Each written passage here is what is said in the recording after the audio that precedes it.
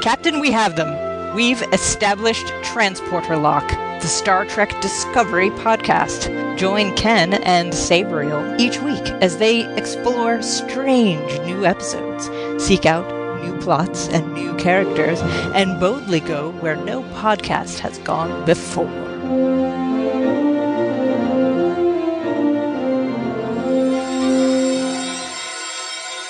Hello and welcome to Transporter Lock episode number 25 for Thursday, December 13th, 2018. I'm your co-host, Ken Gagney. And I'm Sabriel Maston. Hello, Sabriel. How are you?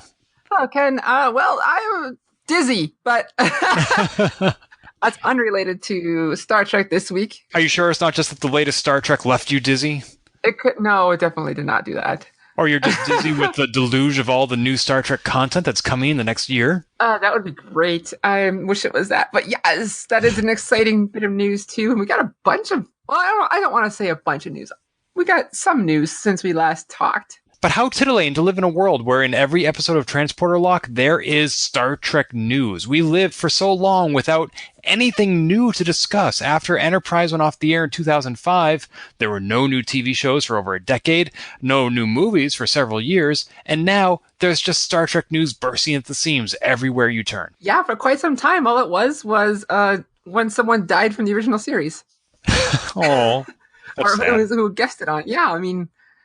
Yeah, there wasn't much for quite a while. Yeah. I just hope that we're not going into a Star Trek bubble that's going to burst because they oversaturate the market. This isn't Star Wars. Well played.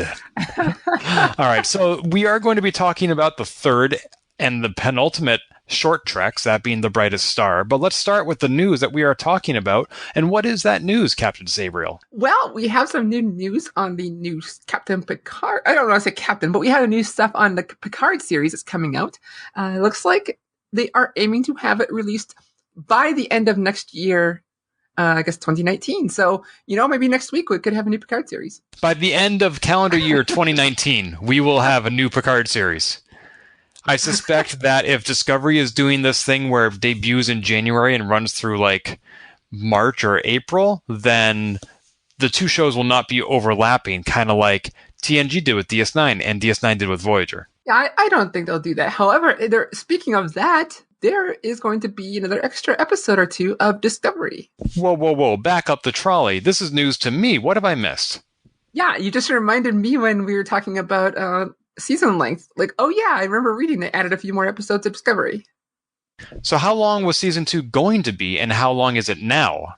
It was originally going to be 13 episodes, and they're adding one more. So we have one more Discovery goodness. Well, okay, that's not a significant growth. I was kind of hoping that, when I was a kid and a show debuted in September and ran through May with a few reruns in between, it would be 21 to 22 episodes per season. And that's still sometimes what you get. Like, I'm working my way through season 4 of The Flash right now, and I think there are maybe 26 episodes in that season.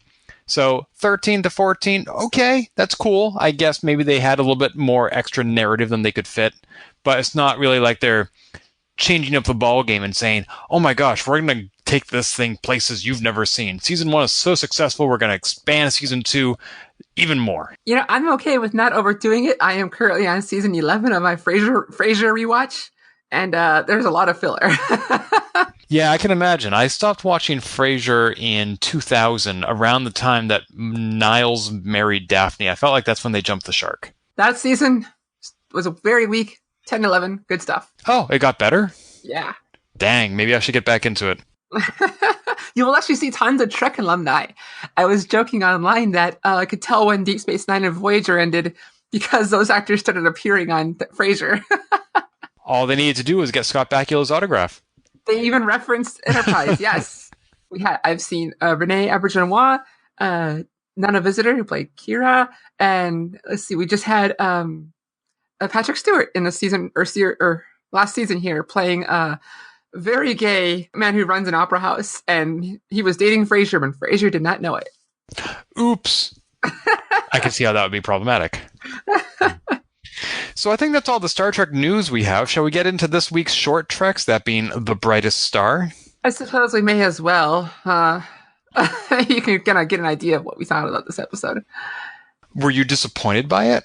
Not not disappointed. It was just fine. It was fine. Yeah, I felt like it was the least substantial of the 3 short treks we've had so far. I, for the first time, did not feel the need to rewatch it because I don't think I missed anything. Yeah, I was going to. I just didn't take the time out to do it, which is the first time it's happened to me. I've watched every single thing we've listened to or talked about twice. Yeah, I had the time. I had the opportunity. I did not have the inclination because I felt like, okay, this is a story of young Saru on his home planet and how they are a pre-warp civilization that is being harvested by some alien race and whose technology young Saru uses to send a beacon that gets him picked up by the Federation. The end. Yeah, I mean, we started off with Kelpians harvesting kelp. Is that really why they're called that? I don't know, but it sure seems a little too on the nose. I know. When they open with that, I'm like, oh, come on. Really? Okay. Well, the way that Saru had talked about his race before, where it sounded like they were always running from something, it sounded like they were always being invaded. We didn't really, I always had that notion, that feeling. And I didn't get that here. Here, they're all just like, we expect to die from these people who come to take our lives away. All right. We don't see that fear thing, the threat ganglia. Right. My understanding from what he had told his shipmates was that there were 2 races on this planet, or so I thought. I thought there was predator and prey. Yeah. But it seems like there's really only one native species on this planet. Yeah, and basically they all feel that trope of, well, guess I'll go die now. Right, just like Logan's Run. Yeah. That's what it seemed like to me, where they just all kneel down and they're happy to maintain the balance, although it's not explained by anybody how them sacrificing themselves does that. We don't see what the consequences or repercussions are of anybody denying or resisting this process. Yeah, I mean, I'm glad. Okay, so part of the story is Saru found that technology and he was supposed to dispose of it, but he never did. He figured out how it worked. Well, I'm glad they didn't go with the trope of, oh, my religious dad found out. Now he's going to kick me out of the house. They did not go there. I appreciated that. What voice was that? That you just, what was that? This is my stupid guy voice who always does stupid things. I love it. I'm going to have to remember that you have that trick in your hat. Oh, yeah. This is what Twitter or when I play video games happens a lot. See, I have never played Overwatch with you. Maybe I should. Oh, look at me. I'm Doomfist. I love it. Okay, so you mentioned that Saru used this alien technology to send a beacon. My question, of which I have several, is how did he know that that's what he was doing? Like, as far as he knew, since this was a pre-warp, very non-technological society, how did he know he hadn't just reconfigured it to flash lights? We really don't know. We don't know how he knew that. Maybe he did not know he knew that. He was just, he was a very smart man who was able to reverse engineer this thing over time. We don't know how long he was doing it. Just that he was able to kind of figure it out and he pushed a button and something happened. Right, but the idea that there is this invisible signal being sent beyond the skies, there was no feedback that I could see that would tell him that's what was happening. Yeah, no, we don't know. And the other thing is that he was very resistant to the idea of this sacrifice. We saw him talking back to his father and suggesting that there might be an alternative. And this is a trope that I've seen several times, including in novels by R.A. Salvatore, where there is this one character who's being raised in a culture where everybody is thinking the same way. It's rather homogeneous, and yet for some reason this one character doesn't subscribe to that culture, that society's beliefs. He has this external sense of morality and context without it being imparted to him by any of his teachers, his mentors, his parents, his siblings. Just on his own, he comes to the conclusion that everybody around him is wrong. And we don't have any reason why such a person would come to that conclusion. Yeah, we didn't get much of a motive other than he's questioning. I mean, that's fine enough on its own, but we don't see what made him question. Right. A lot of people inherit their political beliefs or their religious beliefs from their parents because they're not taught to question these things. And we can see from Saru's father that he too is not being taught to question things. And yet he does. So I wonder, where did he get that from? I mean, there might be basically like atheist groups to meet up somewhere and discuss things that we just didn't see. It's possible. It's entirely possible. I don't know. Let's talk about that technology a bit, the Logan's Run tech that makes all the Kelpians just disappear. Do we have any theories as to what it is doing or why? Well, we know it's some kind of alien race affecting them because a comment Giorgio mentioned towards the end. I don't remember the race off the top of my head, but it's one we never heard of before. I'm guessing they just beam them up for something. We don't know what. So you think that they're still alive out there somewhere? At least temporarily. Huh. So this is some sort of a transporter or some sort of a gateway or something. Mm-hmm. Yeah, that alien race is the Ba'ul, B-A''UL. It is not a race we have ever seen or heard from elsewhere in Star Trek lore, so this is completely new. And we don't know what their motives are or what their goal is, but yeah, for some reason they are harvesting Kelpians. Who knows? Maybe they're delicious. Well, apparently they are. In the Mirror universe. I mean, I'm sure the flavor is the same. But that's it. But that's just it. It's the Mirror universe. Everything is the opposite. So maybe in this universe, they're disgusting. No, it could be sweet instead of savory. Sour. Or yes, I'm sure that's exactly what it is. Like in one universe, you might want Kelpian for breakfast, and the other, more of a dinner meal. Right. And in some places, you could have go for either. Ugh. Like waffles. This feels wrong. I don't know. Blame the Mirror universe. Yes, that's what we'll do. Maybe this is Mirror Sabriel. Is that who I'm talking to right now? In the Mirror universe after political events. I mean, this is an audio podcast. I can't see if you have a goatee right now. No. Okay. All right. What else did you notice about this episode? Towards the end, just that Giorgio made a comment of she made some kind of comment about how she knew that these aliens were doing something with the planet. So that means the Federation knows. And they appear to be doing nothing. And that means the Federation might see it as the natural course of events. I actually got some listener feedback on that point from listener Andy, hello, about why the Federation is okay letting other alien civilizations violate the Prime Directive. And I have a theory about that, but it sounds like you're asking the same question. I mean, similar, but I mean, I don't have no problem. I have no problem with other races or other non-Federation entities not following Federation rules. Like, it's their own thing. This might not even be Federation space at the time. Right, that's my thinking as well, that if a non-Federation species is interfering with the development of another non-Federation species, then in a way that is the natural course of things, and it's not the Federation's place to interfere. Yeah, as much as it sucks.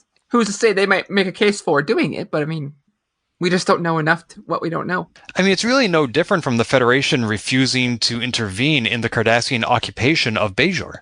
Yeah, that sucks too. Yeah, we never saw in the 7 seasons of Deep Space Nine, Bajor actually joined the Federation. They petitioned for the Federation's help after the occupation was over to rebuild their society and run the space station.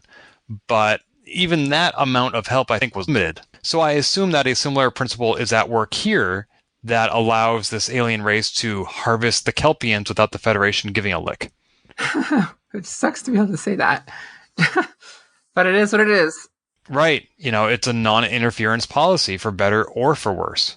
Mm-hmm. Mm-hmm. And yet, Lieutenant Georgiou made an exception. Yeah, I mean, I appreciate that she went to that work. Like, we got this alien who figured out alien technology to talk to us. This alien now is polluted by the knowledge that there are other races out there. Let's take him in. And the Federation's like, I don't know. And Giorgio's like, please. And they're like, okay. But he can't go home ever. Okay. I think it's a terrible idea. To take him in? Yeah. Okay, why? I don't think it's any different from what Data did in the Next Generation episode, Pen Pals. I mean, he communicated with a pre-warp civilization to save this one person from, what was it, volcanic activity? And Picard dressed him down for that because that was not something he was supposed to do. Imagine if he had taken it a step further and not only communicated with and helped this alien, but also, abducted her onto the Enterprise forever. And I realize abduction is a strong word here. That's not what happened with Saru. But still, it just doesn't seem like something the Federation would do. Well, it's also 150 years later. Right, with TNG. And of course, Kirk would break all sorts of Prime directives just 10 years after Discovery. But my other concern is Saru is very clearly technologically advanced compared to his peers on his home planet. He, if he had stayed on that planet, could have helped drive the progress and evolution of that species. Imagine if there was some sort of like an alien federation who was monitoring Earth, and when they saw Aristotle or Galileo or Einstein and said, "You are very clearly far more advanced than your peers, we're going to take you with us and off your planet." That would dramatically impact the evolution of our society. Yes, but they also gave Saru a choice. The Federation did. They didn't just take him. They gave him the choice. Right, but even they gave him a choice to keep his planet's civilization at its current level by not participating in it. And could they have even let him go back at that point now that he knew that there were aliens out there? Well, that's one of the other problems. Let him go back and know that there are more people out there and you can never talk to them again. Or you want to stay in your sheltered little world where no one will let you question the beliefs. You've tried. And where you'll probably be deemed insane for believing that you talked to an alien that came down from a ship. And you'll probably be beamed away within a few years. Right. To be eaten or whatever. To maintain the balance. Yeah. So, that's right. Chance of no life and people who won't listen to you. Or, there's more out there. You want to explore them more. I mean, we saw it with, what's her name in Star Trek 4? Voyage Home. The gal who ran the Cetacean Institute's whale exhibit. Oh yeah, the doctor from Seventh Heaven. Mm-hmm. That's right. It was married to Terrible Man, who is also Commodore Decker. That's right. He is a terrible man. Commander Decker, whatever it was. Yeah. Right. I mean, we do have these instances where people are pulled out of time and place by the Federation, and they allow it.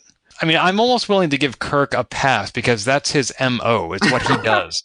But Captain Georgiou, lieutenant at this time, seems a little bit more by the book, and I'm just surprised that she would petition for an exception and that the Federation would grant it. Well, maybe we'll learn more in season 2. You can't keep using that as an excuse. We really don't know. We really don't know if these are just going to be unrelated stories or if they all tie in somehow. Maybe we'll see this Baku or Balu or whatever race it was. Yes, it's the bear from the Jungle Book. Yeah. Harvesting the Kelpians. Those bare necessities. It's the bare necessities, the bare necessities. There, that's my bear voice to go with your angry dad voice. We can take this show on the road. I don't think so, Ken. No? That's too bad. All right. No, my point is that we need to come to conclusions based on the information available to us at this time. And we'll never know until it airs what the next season of Discovery might bring. For example, in TNG, one of the last or second to last seasons, there was that episode where the Enterprise itself became sentient and ejected some sort of mass from itself that we believe was like an early artificial intelligence. Remember that? Mm-hmm. Mm-hmm. We just talked about it last episode. But we never found out what happened to it. I was convinced it was going to show up in some Star Trek spinoff. It would have been perfect in Voyager. And so I kept waiting and waiting for something to happen to tie that loose thread, and it never did. We get so many loose threads, though. I know, but that one in particular annoyed me, and I just feel like we can't wait for something that may never come. We need to judge it based on the here and now. I mean, by the end of season 2, I'm all for saying, But at the end of the season 2, you'll say, oh, maybe it'll be in season 3. Nah. But then I'll be like, if it is, it is. I mean, we never saw the bluegills evolved. Those are the season 1 aliens from Conspiracy and Next Generation. They were building up to them. They turned them to be the Borg, but that was not the intent. But we did see them in the novels. Yeah, that wasn't canon. True, but it was pretty awesome when they showed up. And then, I mean, we got plenty of loose ends. Yeah. Whatever happened to Moriarty and his little hologram? That cube is just sitting on a shelf somewhere. But maybe he got smarter and smarter. He went back in time and created the Borg. Maybe he went and joined the what the heck was it? The Child Light or whatever it's called, the Voyager hologram ship. I don't know. These are all possible. We just don't know. Yeah, see? I know. We could easily equip Moriarty with a mobile emitter and send him out into the world. And have him take over. He'd be the next Khan. Oh, gosh. What if Khan and Moriarty teamed up? Oh, lordy. But Would we anyway. call it Kaniati? No. Kaniati. Morion? Morion, yes. Yeah, just call him a moron. Like, you need to rethink that. So, anyway. So that's our discussion on The Brightest Star. Yeah, anything else to say about Brightest Star?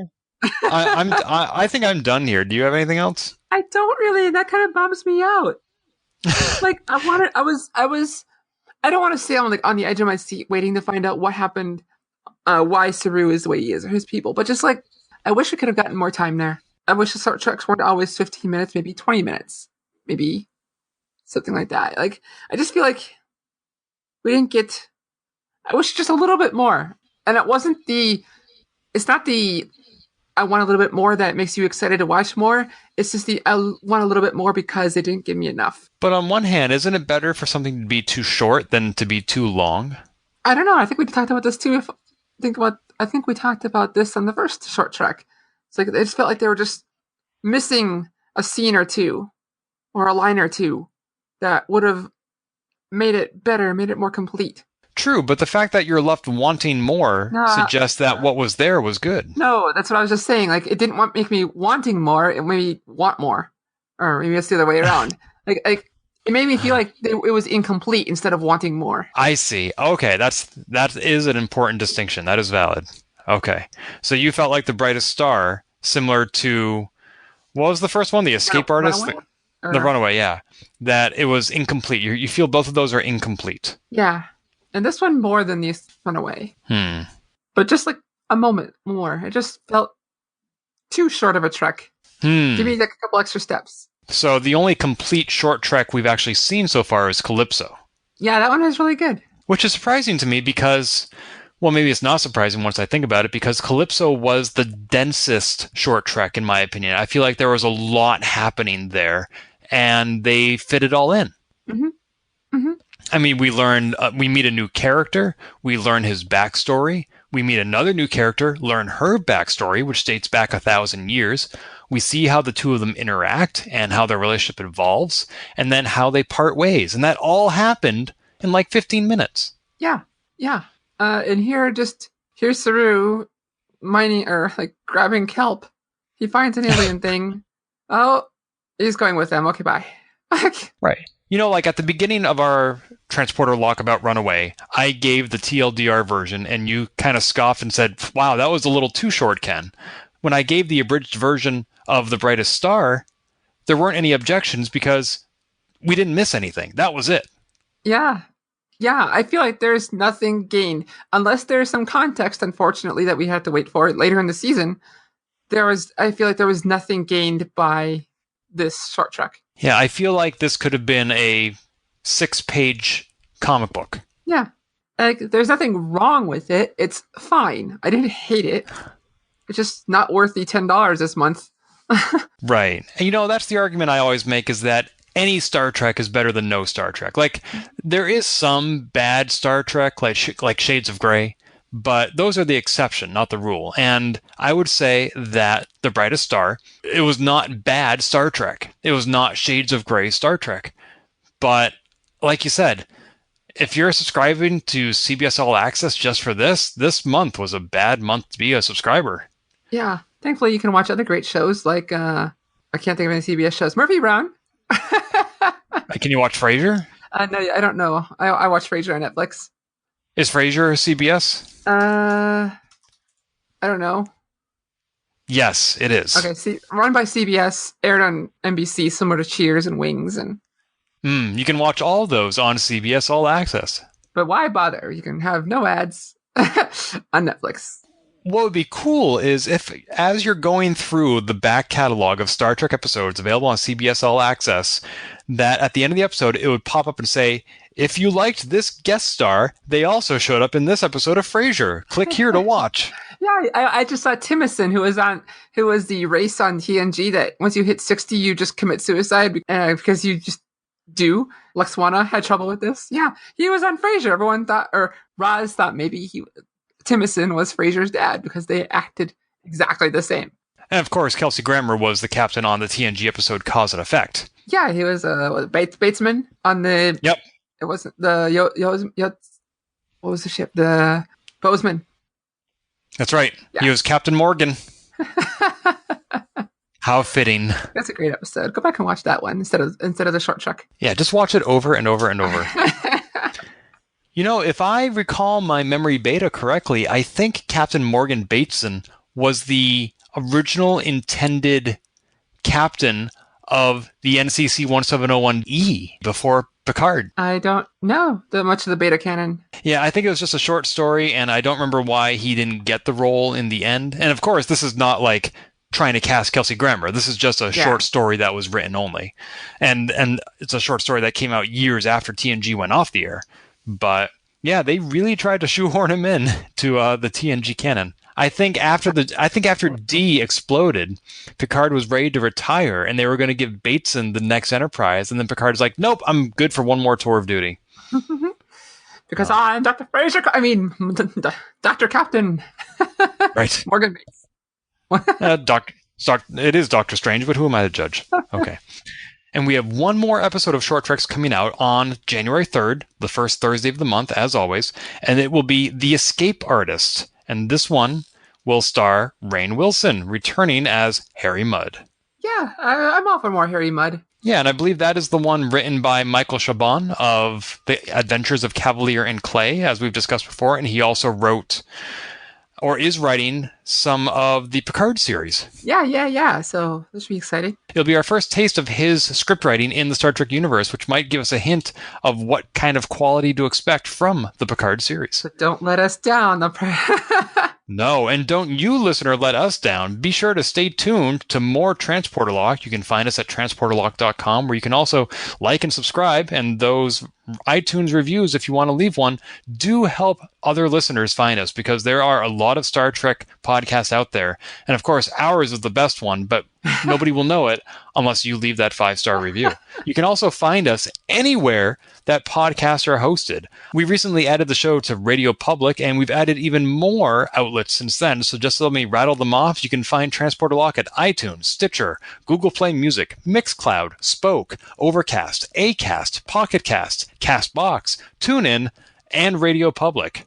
If there is, for some reason, some outlet out there that our show is not on, then I don't know how you're listening to us, but feel free to leave a comment about where else you'd like to find Transporter Lock. Any closing remarks, Captain Sabriel? Have mercy.